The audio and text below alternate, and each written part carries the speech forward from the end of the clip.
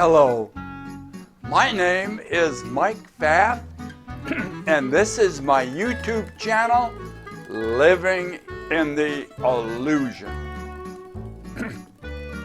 Now, we're starting off a little bit different today because sometimes these videos run longer than I would like. So we're going to do the introduction right in front of our whiteboard. So last video, we talked about what is outside and beyond you. And in A Course in Miracles, we said, I see nothing as it is now. Whatever I'm looking at out there in the outside world, what we perceive as the outside world, you're not seeing what's really there.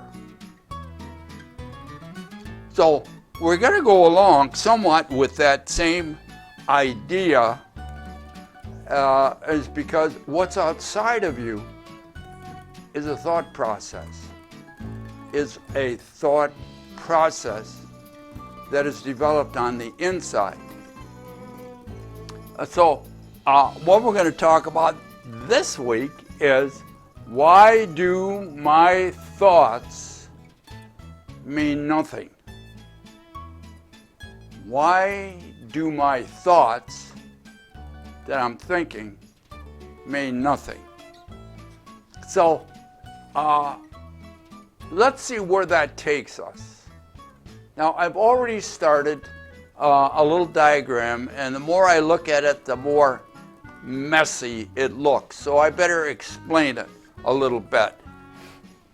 Okay, again, like most of my little diagrams, I start with the outside and the inside, and quite frankly, we don't know where the inside is. Why? If you remember some of the other videos, we said, you're not your body. And most of the time we think that, well, we're inside the body. And so the inside of us is what's inside the body. Not necessarily true. So we'll leave that for a moment because but I want to get the idea that these two are separate realms, what I call the outside and what I call the inside. So, separating those two, the outside and the inside, is our senses, our sensory input from our sense organs. Now, the data doesn't go to the body, goes through the body, and ends up in what I call the subconscious mind. Now, why? Well, to know if this information from the senses is meaningful, you have to have some reference information. The reference information is in your memories from past experiences. That's where your reference is, that you interface the outside sensory data with. Now, still, we're looking for the thoughts. Where are the thoughts coming from? So the subconscious mind, processes the data from the senses. Now, in scientific terms, this is done in the limbic system of the brain in some ways that we're still investigating. So there is a processing system inside of us for that data that's coming from the outside. Haven't got a thought yet. From the processing of the data through the mind, brain, and central nervous system, we develop an outside behavior that interfaces with the outside world in such a way that other people, other conscious beings in the outside world will recognize. So these are the three components that I wanted to talk about. And the outside, the behavior, for the most part, you're conscious of, but not completely. There are some things that are so automatic and so habitual that on a conscious level you don't even know you're doing them. Called habits. Habits of picking your nose, habits of certain words that you use, certain phrases, all kinds of stuff that on a conscious level you do, you're not aware of. But it's all part of this processing system. So what you're aware of, your thoughts that you are aware of, they're in the conscious mind. That's what you're aware of, what the conscious mind does. You're not aware of what the subconscious mind does. And for the most part, you're not aware of the sensory input. You're not aware of it as it happens because it's meaningless. Your sensory input is meaningless until you process it in the subconscious mind. And then the output you are aware of, and you develop thoughts around this. And these thoughts, if you look at it, these thoughts that you develop around there consciously, that you're aware of, has nothing to do with the process. This is output information. Everything's already done. And you're thinking about the output. And you think in this output here, you're thinking, well, I'm going to put that back into the process and I'm going to think different thoughts. This is output. It's not input. Your conscious mind is output.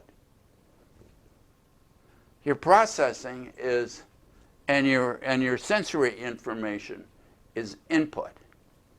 So there's been a lot of studies on this as to how fast this happens. Now, sensory information, those are organs. And we can test them pretty good.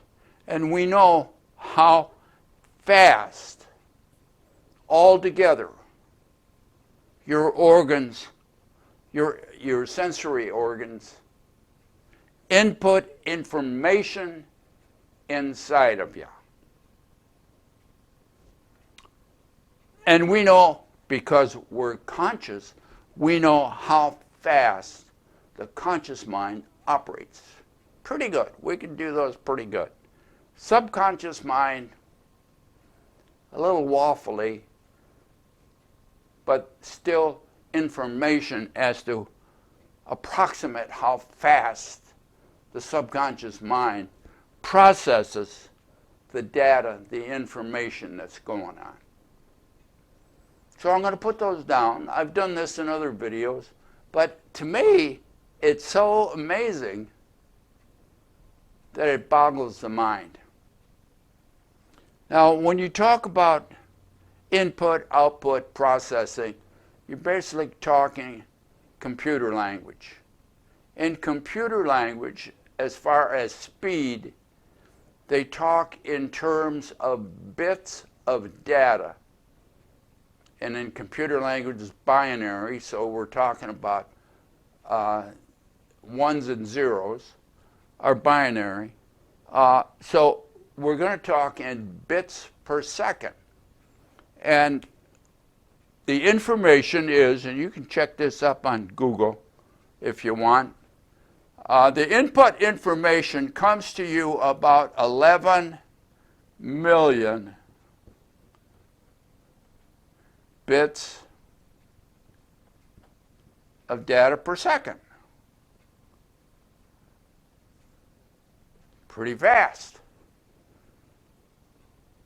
Bits of data per second, 11 million. Most of it is visual. Processing. How fast is the subconscious mind? A little range there, because we're not sure how to 100% test it. But it is somewhere around 400 billion bits of data per second. So, as far as we can tell, the subconscious mind is well up to the task of looking and processing the input data. As a matter of fact, it processes it so fast that you don't even know it's processed.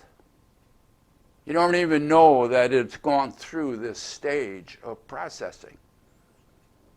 And like I said, in scientific terms, this is all done in the limbic part of the system, in the middle brain, and the hippocampus, and the pineal gland, all kinds of stuff like that.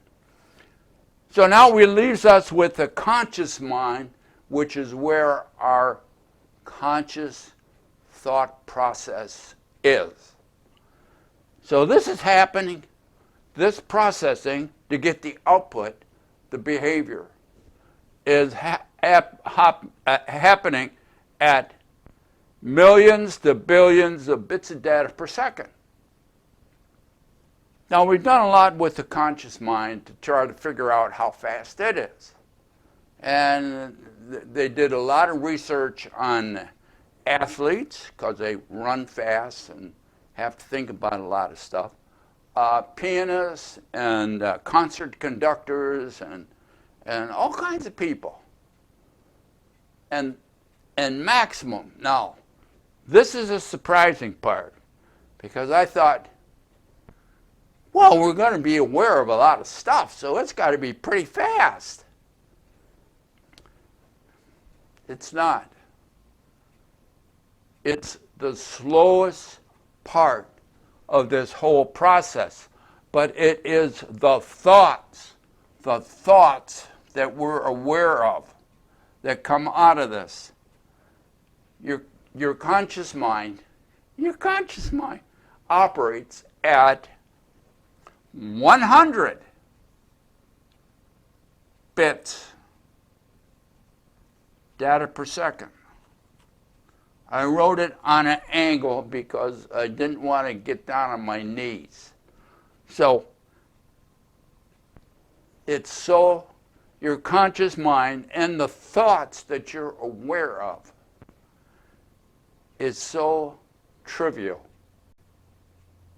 so meaningless to this whole process. And yet, this is what we believe. This is what our thoughts are. It's like rocket science out here, and it's like Instagram in here. A lot of fun having all these Instagrams running around. It's a lot of fun. Doesn't mean anything. In the long run, doesn't mean anything. You think that it does, but it doesn't. What the mind does, the conscious mind, for the most part, is what's called chatter. Mind chatter. It's not affecting the process, the underlying process, in many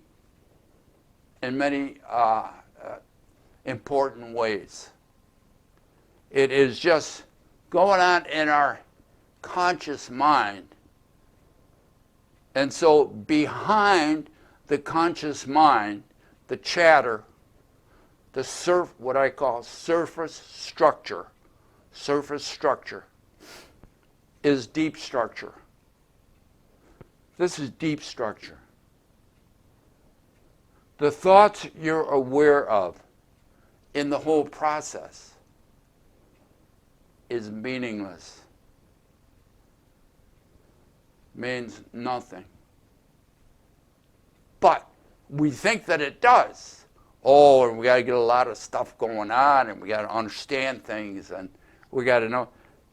Whatever we're doing in the conscious mind is not going to affect this too much. Now the conscious mind can become aware.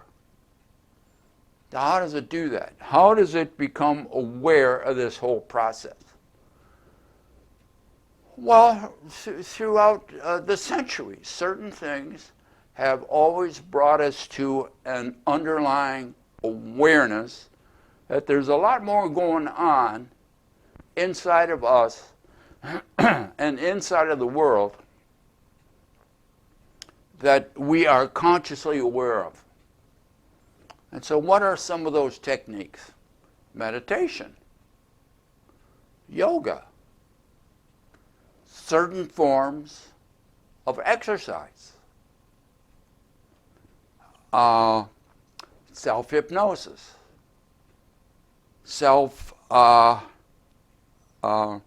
self-investigation, and there's a lot more. So now we're going to talk about what does the Course think about this. And what the Course says, this is part of the wisdom, my thoughts do not mean anything.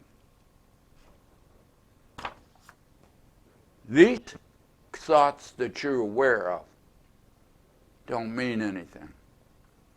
It's like chatter. It's like the monkey mind. It goes here, it goes there, it goes there. I got to Instagram.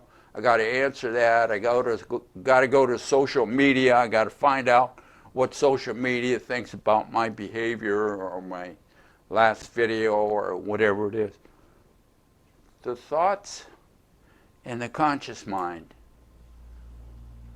Oh, by the way, I didn't mention, all of this is thinking. All of this is being processed through the mind, brain, central nervous system, throughout the body. As you're doing this, you're creating chemistry in the body, you're creating signals that go all the way down to your toes and all the way up to the deepest part of your brain. All this chemistry is operating based upon this processing at a very, very fast rate. Millions to billions of bits of data per second, except for the conscious mind. And what's the one that we trust? Well, it's conscious mind, because you don't even know this is going on. It's going on so fast, it's outside of what the conscious mind can understand. So it only knows the output. And then it takes the output, this is what we said in the last video too, and it projects it onto the outside energy system. And you believe that this created world inside of you, because that's what this behavior is, a created world inside of you, is outside of you. So, the thoughts you are aware of, see, this whole process, if you think about it as 100% of all your thoughts, the whole thing, you're consciously aware 5%. That's what studies say. 95% you're not aware of, 5% you are. And so your thoughts about that 5% are basically just surface chatter. You think that it means something, that it's important, but it's not. This inside processing is causing the behavior without you being aware of it, and then you become consciously aware of the output. That's how you make decisions on a conscious level. You say, oh, I'm sick. How do you know you're sick? Well, because of what's coming out of the system. You say, oh, I have to go to the doctor. Well, you have to do that because the process is telling the conscious mind that's what it needs to do to protect the whole system. So your conscious thoughts are an aftermath. It's an afterthought of your input process. So that's why my thoughts mean nothing. And even putting this process on and talking about it, 95% of it I'm not aware of. I'm only aware of about 5% of the whole thing. So we're operating on a very small amount of thoughts or memory that we're aware of. And yet it functions so magnificently. So infinitely fine-tuned to our environment. Recognize that the surface thoughts of the conscious mind are not real. These aren't real.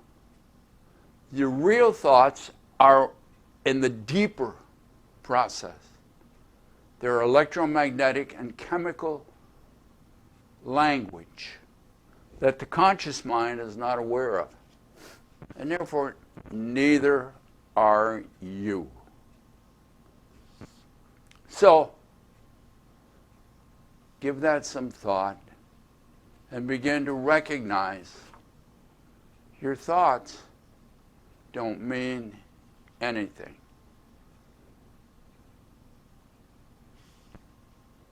And we'll look forward to seeing you next time we get together here in the illusion. Oh, a little comment right at the end. I wrote this down. Oh, you can go to the description. There's a little bit more detail, because sometimes I start talking and I get off on a tangent.